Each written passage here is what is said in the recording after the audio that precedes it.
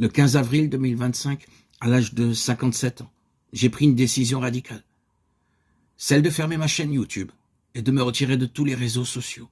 Facebook, Instagram, TikTok. Je ressentais alors le besoin de silence, de recul, de me détacher de ce flot numérique qui captait parfois trop d'attention et m'éloignait de l'essentiel. C'était une envie profonde de tourner une page, d'explorer d'autres chemins, de me consacrer à de nouveaux projets, d'ouvrir la porte à d'autres horizons, plus concrets, plus intimes, et de commencer une nouvelle aventure.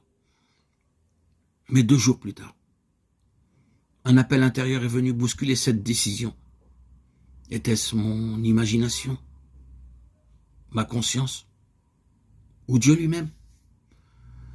Je ne peux le dire avec certitude.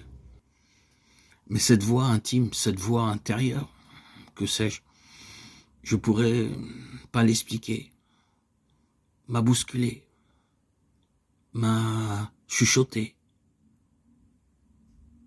Ne renonce pas à publier les messages de ces hommes qui ont illuminé, transformé ta vie.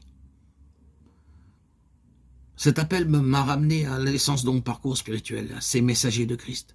Baksing, Watch, Manni, Spark, Frère Verbon et tant d'autres qui sont mes lectures régulières aujourd'hui. Ces enseignements qui ont ravivé et qui ravivent continuellement, intérieurement, personnellement, expérimentalement, ma foi, ma joie, me redonnent un sens profond à ma marche avec Dieu,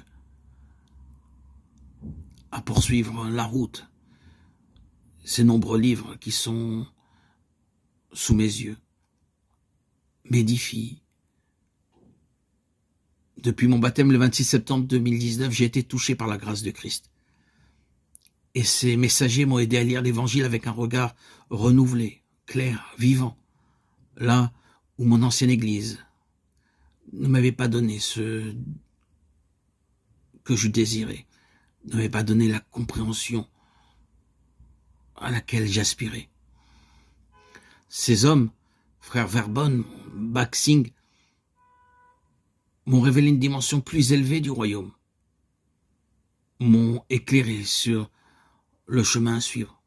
Non, je ne regrette pas ces années passées avec cette église de Haïti où j'ai pris tant de force, reçu tant d'amour, auquel j'ai porté vraiment un regard d'amitié, de sympathie et une joie qui ne peut être remplacée ni effacée, car ce peuple que je ne connaissais pas m'a apporté aussi beaucoup. Aujourd'hui, une nouvelle étape s'est entrouverte grâce à ces enseignements de Baksing, Frère Verbon. Mon zèle s'est revivifié, mon énergie spirituelle s'est amplifiée. La flamme de ma foi qui tendait à s'éteindre a été rallumée. Ma joie est entière, complète. J'ai quitté cette ancienne église pour rejoindre une nouvelle famille spirituelle, l'église Patmos, par l'intermédiaire d'une personne que j'ai rencontrée, Marie-Claire, et qui, dans chacun de ses mots, véhiculait sa foi et me transmettait le message de Christ, le message vivant. Cette dame, qui a été l'instrument de Dieu, m'a permis de connaître cette église et ainsi de faire de nouvelles rencontres, de lire ces frères qui ne sont plus de ce monde. Il y a aujourd'hui un septuagénaire qui s'appelle Frère Ruquebuche, qui me donne beaucoup de joie. Il peut rester 1 heure, 1 heure et demie debout et transmettre la parole avec une force inouïe. Je suis toujours épaté. Cet homme me rend heureux chaque fois que je l'écoute.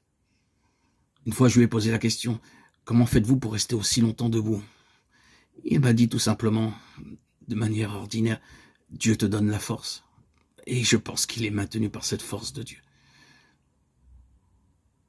Inspiré par Dieu, messager de Christ vivant, lui-même a connu frère Verborn et tous les autres frères que je lis aujourd'hui dans cette nouvelle chaîne que je publie avec joie.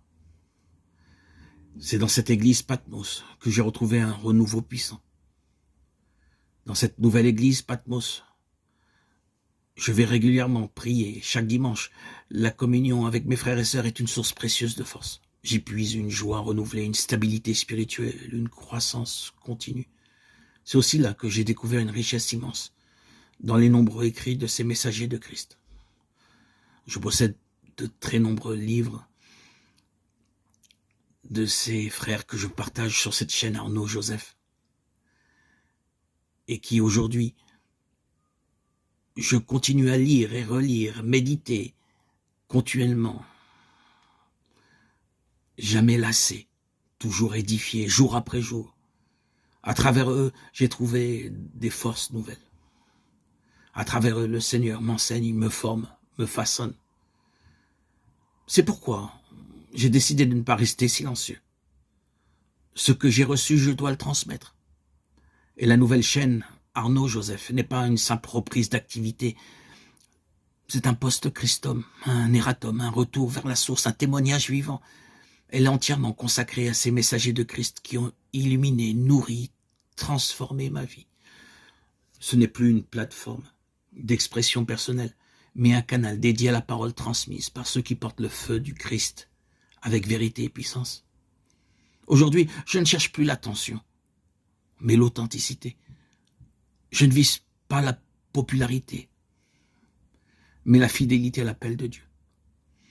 Et si à travers cette chaîne, une seule personne peut retrouver la flamme de la foi, la lumière de l'évangile, alors ma mission est accomplie. Merci Seigneur Jésus de m'avoir conduit jusqu'à l'église Patmos, de m'avoir permis de rencontrer ces messagers de ta gloire. À travers cette chaîne, je veux simplement dire, voici ce que j'ai reçu. Et je vous le transmets. Que Dieu en soit glorifié. À toi Seigneur, tout honneur, toute gloire pour les siècles des siècles. Gloire à Dieu au plus haut des cieux. Et paix sur la terre aux hommes qu'il aime. Amen. Alléluia.